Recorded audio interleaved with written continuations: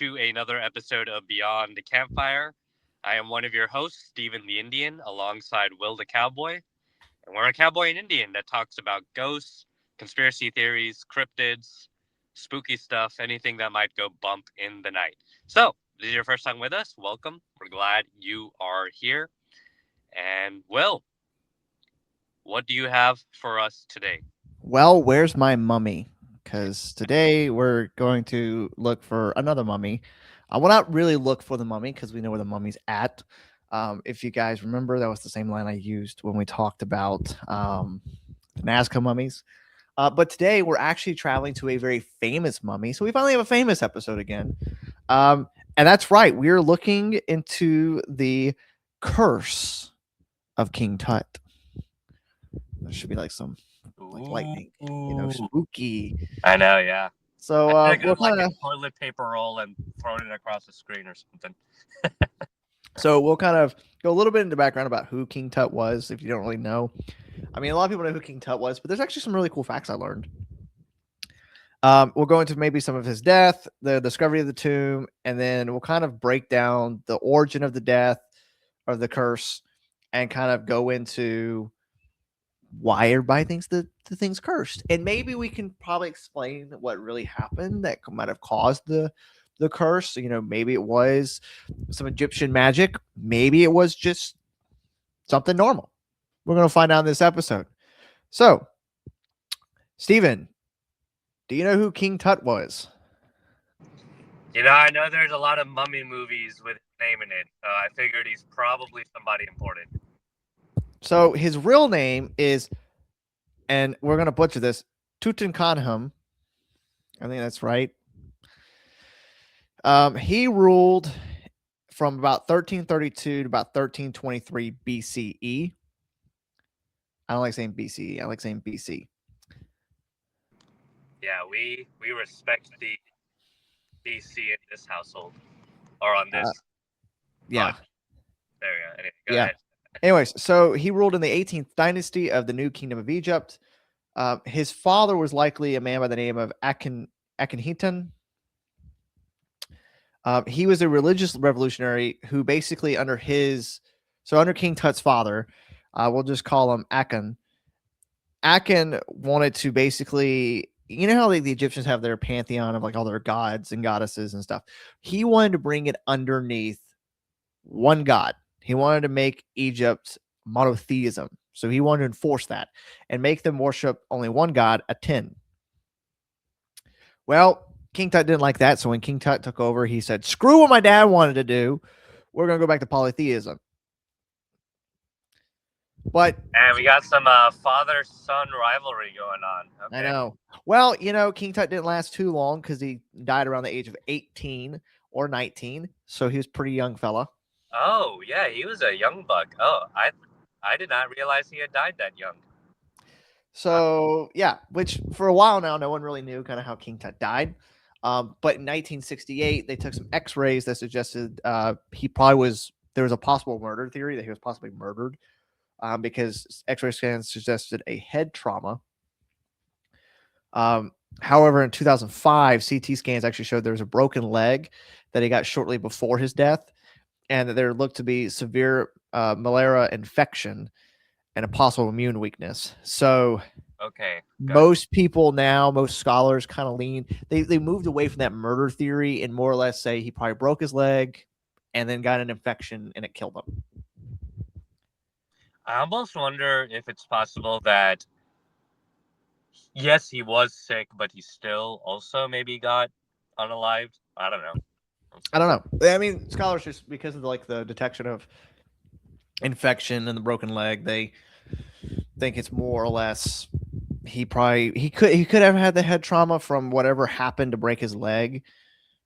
Back then, man, 18, 19, you're cruising down the strip with your chariot and you lose control, because you had a little too much, mead or honey wine and you crash. You may or may not know this, but if he was about 18 or 19 when he died, how old was he when he actually became king? Right, like So let's see. I sorry. I think he was like 16. Okay, so he got about a couple of years of reigning in there. So I think it was 16. yeah, I mean, he definitely had enough of an Oh opinion. wait, never mind. I take it back. He was not 16. Oh, okay. He was 9. Oh, so he got That's like why they called him the child ruler. he got a solid 8 to 9 years, roughly, 9 to 10 years. or 9 to 10 years rather. Yeah. Could So, you imagine being like your dad, like you overthrow your dad and you become king at 9 years old? well, what's amazing to me is that at 9 years old, he had enough opinions to say, "I'm gonna go against my dad and do something different than he did." Right? Like that's kind of So it's really like my dad, like the whole monotheism thing. Well, I'm 9 years old. Okay, I'm still coloring with crayons, but I think we need to go back to polytheism. right. Yeah. I mean, we all had our rebellious "screw you, dad" streak, but yeah, his had nationwide implications for sure. So Yeah. So yeah, so he died. Then they did the whole mummy thing. Where they take the little hook and they dug his brain out through his nose, the whole shebang. You know, and he was sealed up in his tomb. So he was sealed from, like I said, his reign in about 1323 BCE. So his tomb was not discovered till 1922. So that would have been what, like, it would have taken 1,300 years to get to 23.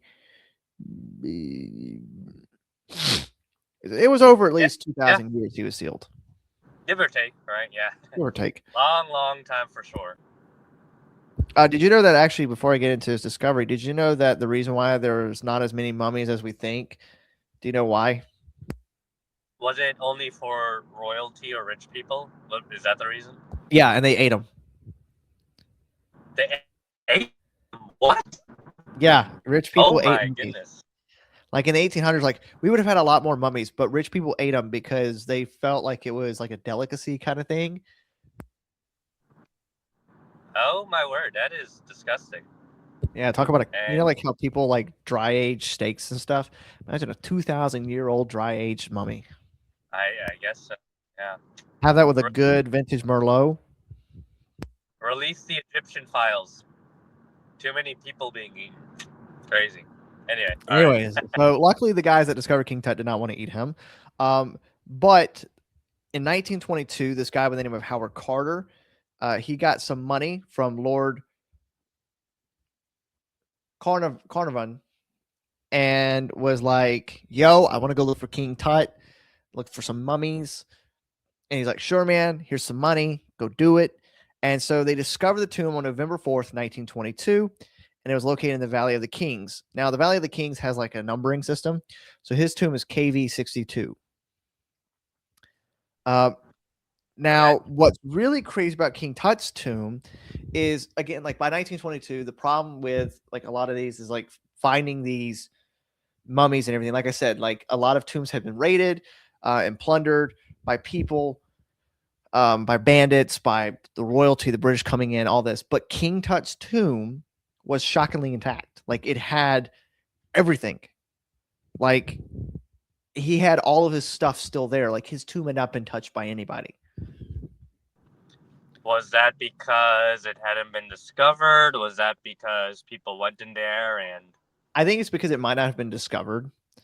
okay? Because like if we think about it, there's the like Cleopatra. We don't know where Cleopatra is buried, and we're getting very close apparently. And that's actually a really cool story. We'll talk about Oh, later. maybe we'll Because put on that. Yeah. well, I want to say about Cleopatra is basically Cleopatra stated before she died, she said, "No man will ever find my tomb." Oh, she did. So the person that is finding her, like getting us closer and closer to finding her tomb, is actually a woman. Oh, okay. Yeah. So, but that's kind of like, I think because King Tut's tomb had not been discovered yet. Same thing like with I think once we find like Cleopatra, like we'll find Cleopatra shockingly still intact. Yeah. I Um, these mummy preservation systems were very very advanced. advanced and effective, right? Yeah. So Yep. So inside his, just a couple of things that were found inside of the tomb. Um, there's over 5,000 artifacts. Um, there was of course, the golden funerary mask. That's that famous mask you always see. His nested coffin. If you don't know what the nested coffin was, there's 3 layers to it. There were shrines surrounding the sarcophagus. There's food offerings. There's some chariots, some statues, some jewelry, and then of course the canopic jars containing his organs.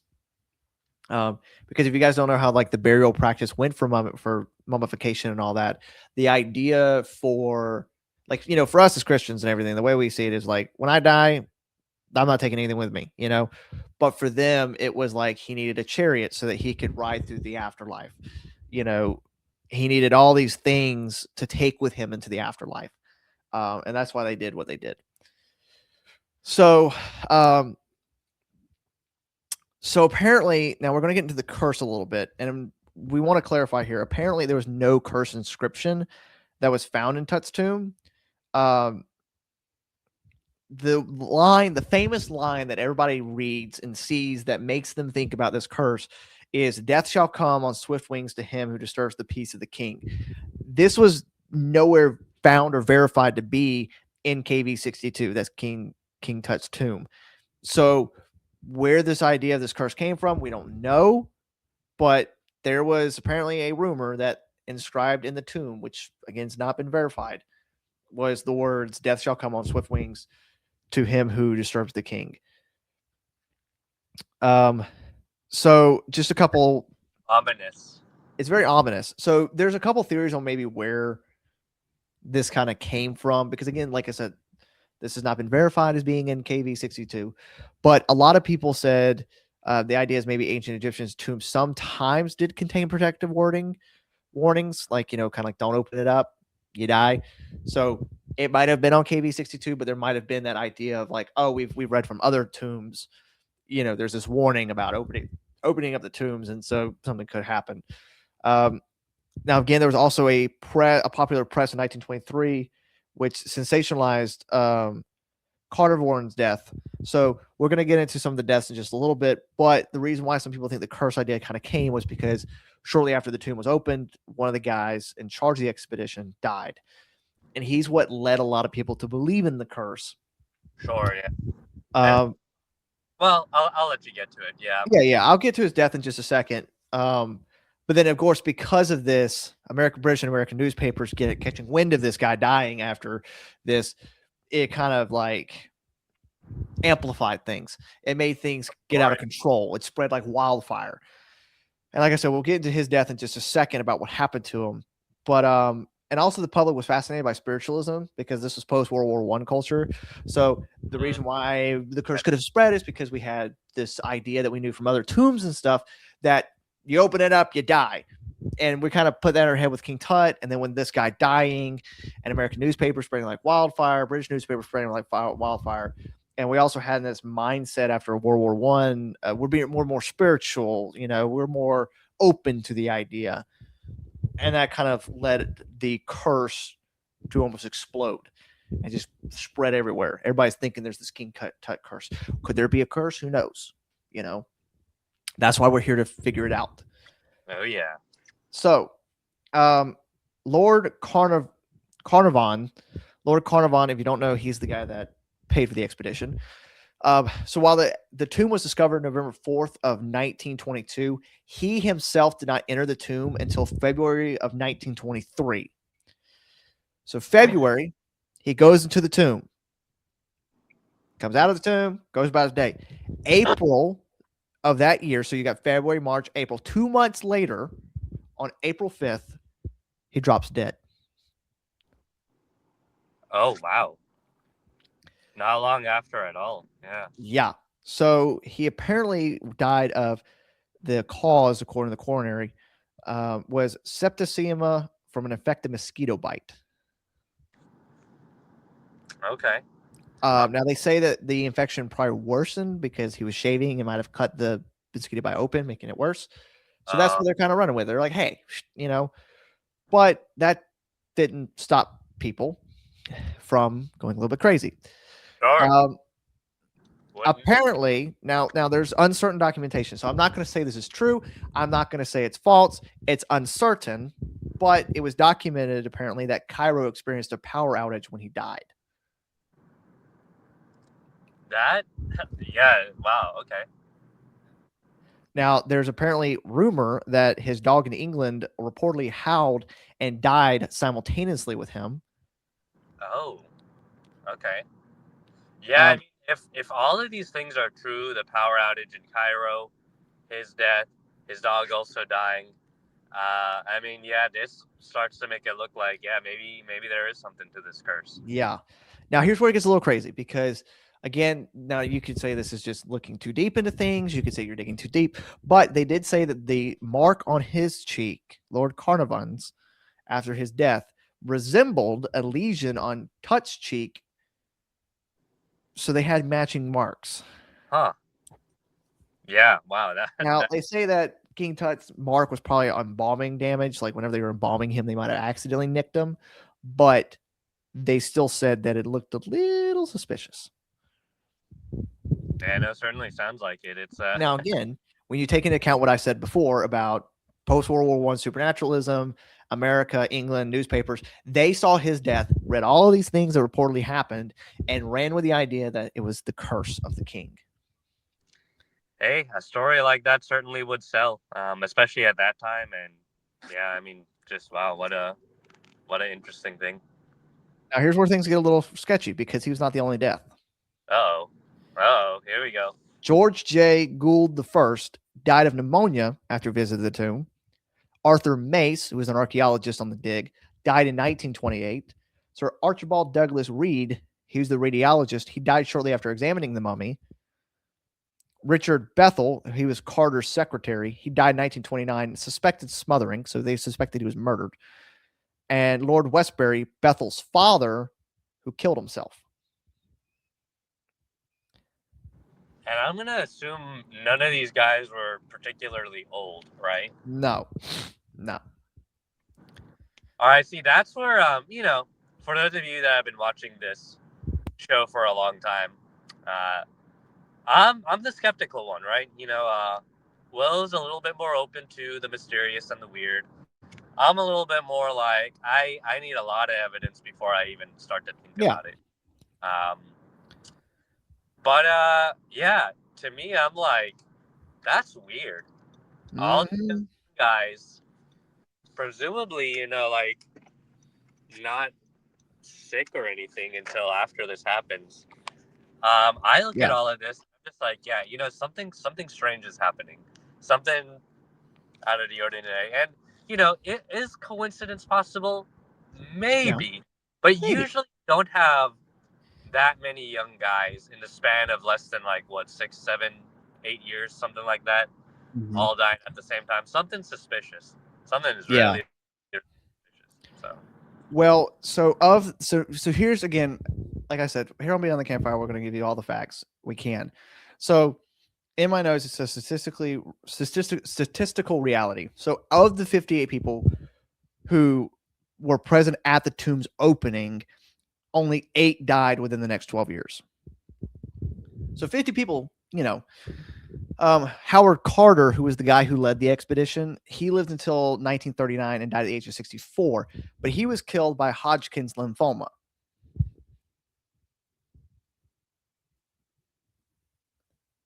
Basically, like I think it's like neck cancer. I think that's what Hodgkin's lymphoma is. And then many of the excavation team members, they live normal lifespans. Like they live normal lives. So there's no unusual mortality rate, but it is still kind of strange that in 12 years, 8 people died. And of course, Carter dies of lymphoma. sure, yeah. So, so that's the curse. Any questions before I get into some of the explanations for the curse? All right, yeah. Just to recap, so there's not really any cursed inscription. You said there was maybe some on some of the other ones, not necessarily. Yeah. But yeah, okay. 12 years, 8 deaths.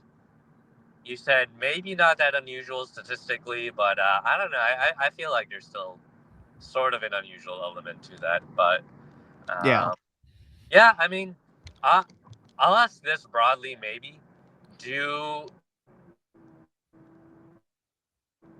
was cursing if someone disturbed a tomb, was that like a common thing, or was that kind of more for just a select few I kings? think we'll get a little bit into that about like Okay, that kind of theory a little bit.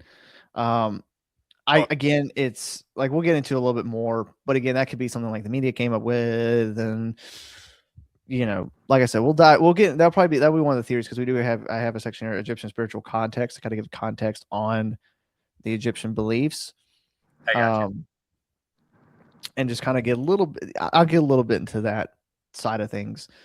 Um, so yeah, any questions before I get into? No, I guess no. it was, Yeah, let's hear about this curse. all right. So the first explanation is going to be the most boring explanation, which is science. What does science have to say about this? Because if there's one thing we don't like on this podcast, it's science because it's stupid and it ruins the fun. The I first, science, but also sometimes a boring guy. So yeah, there you go. sitting in the lab all day with his little stupid lab coat. Think he's better than the rest of us. Anyways, so the first theory is the toxic mold theory. Um, a lot of people say that inside these sealed tombs, because again, these tombs have been sealed for thousands of years, and so inside them there's something called aspergillus spores. There's also toxic fungi and bacteria preserved in these dry environments.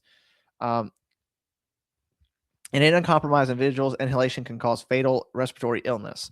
So part of the issue is there's like this fungus that grows on mummies, and these mold spores from the mummies are released into the air because you just unsealed something that's been sealed for 2,000 years.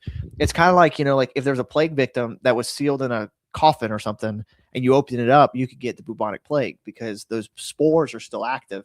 That's kind of like kind of going a little bit into the toxic mold theory, and some of these other theories. Well, I'll go through the last two and then I'll share you something. But there's another theory that it's ammonia and there was some toxic gas. So because of King Tut's body breaking down and everything, it probably released some sort of gas. And because of that, there could have been this tomb being sealed with these floating, death juice and death smells. It could have been basically compromised the air to be very dangerous. So once you stepped in because you didn't let it breathe and you just immediately walked in there, you're walking to like a petri dish. Um, there is some psychological suggestions about the curse. Um, that is called the nocebo effect, which basically is that if you were someone like the Lord, or you were someone like Carter, or even me and you, and we hear about this mummy curse, and we get really like psychological about it in our head, like we're gonna open this tomb, we're gonna freaking die. That's called the nocebo effect, which can actually lead to weakened immune response, exorbitant existing conditions, and trigger psychosomatic symptoms. So you could almost go in there and then screw up your own mind and basically get the mold spores in your body, start thinking in your head that you're cursed, and start having psychological symptoms and die. So Oh, it could be like a combination of things. that is so crazy that we as humans could gaslight ourselves into that. Like that's absolutely He insane. gaslight girl boss and gatekeeped himself into death. So I want that yeah, on a t-shirt. s'mores. Learn that lesson. Make sure you don't make sure you don't gaslight yourself. So Yeah, don't get the nocebo effect. yeah.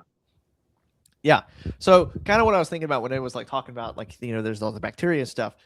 It's like there's, for example, Chernobyl. We'll probably talk about Chernobyl at some point because that's a interesting government conspiracy about what happened with Chernobyl.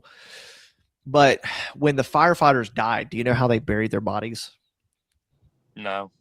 They had to bury them in lead Oh God. because the firefighters who were at Chernobyl, being that close to the radiation, their bodies absorbed so much of it that if you went and dug them up, busted open that lead casket, you would die probably in a couple seconds because you got hit with so much radiation from their corpses that's still leaching out.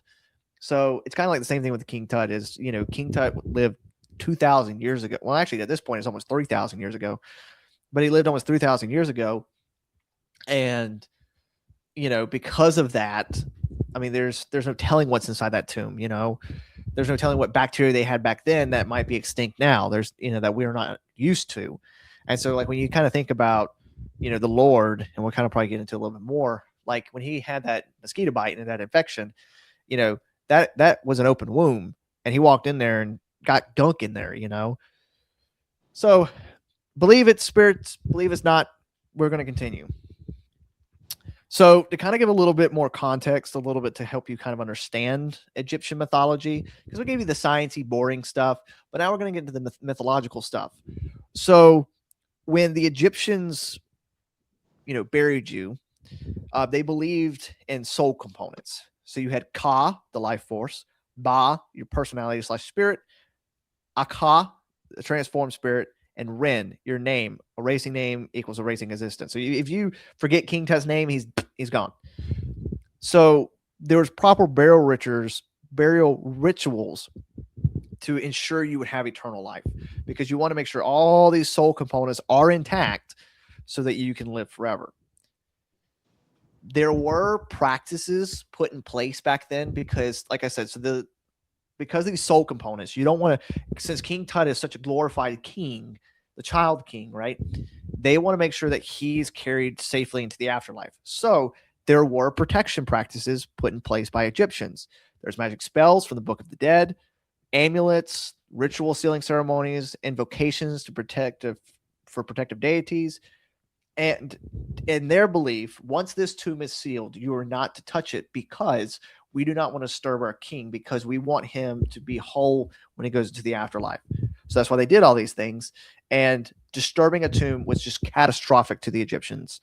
That's why King Tut sat there for so long, because the Egyptians would never touch him. Right. So with all that spirituality from the Egyptians, we're going to get a little bit into the occult and some of the early 20th fascinations from America. So in the 1920s, Europe and America, there was a heavy interest in spiritualism, as I said, from World War I. Apparently, amongst the elites, there was seances they would commonly do. So like the rich people would hire gypsies. Can I say that? I think I can. No, I can't say that. That's a racist term now, apparently. They would hire the four-seater people.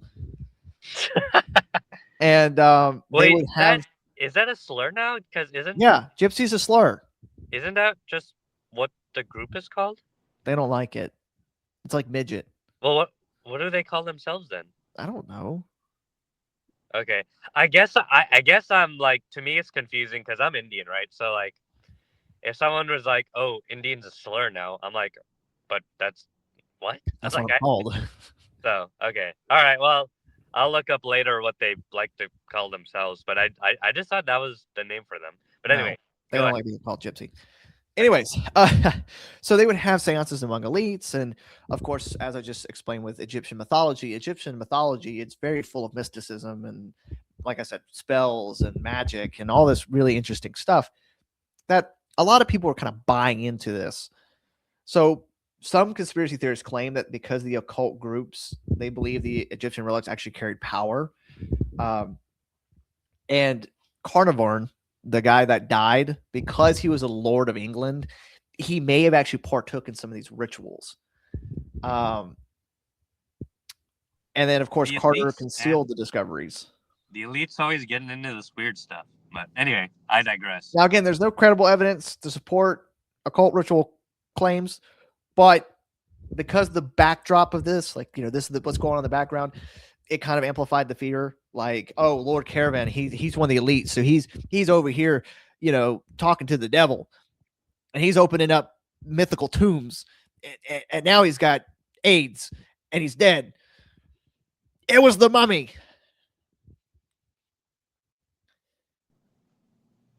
So, a little bit of interesting stuff, a little bit before we close out, about some modern DNA and medical research we found out about King Tut. Yeah. So they found out that in 2010, there's a DNA testing that confirmed familial relations, and evidence of incest within the royal line may explain King Tut's health issues. So part of the reason why King Tut died, because he was inbred. Yeah, Don't marry your relatives, guys. Don't do it. Mm-mm. Mm-mm. Roll Yeah, Tide. I know.